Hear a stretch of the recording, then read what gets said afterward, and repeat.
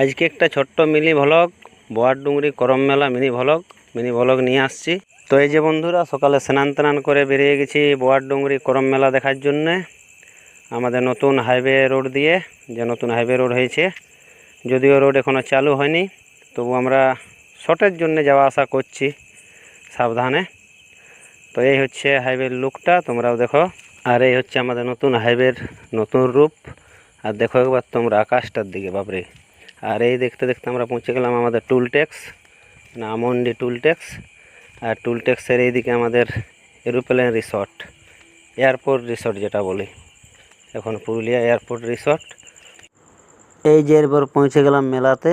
তো মেলাতে দেখুন তোমরা, মোটামুটি ভিড়ে আছে অনেকটাই।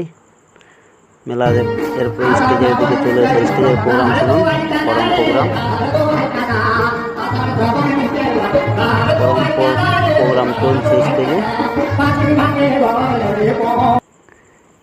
এরপরে এই যে ডুংরি ঐতিহ্যবাহী করম বোয়ার ডুংরি করম মেলা। উপরে এই সাইডের দৃশ্যটা দেখুন, এই যে উপরের দিকে যাওয়ার রাস্তাটা, যেটা মন্দিরের উপরে যাচ্ছে, সেইখানে আমি যাইনি। এই যে দিকটা দেখুন বাবারে, অসাধারণ দেখতে করম মেলার বোয়ার ডুংরির উপরে লুক, চেহারা।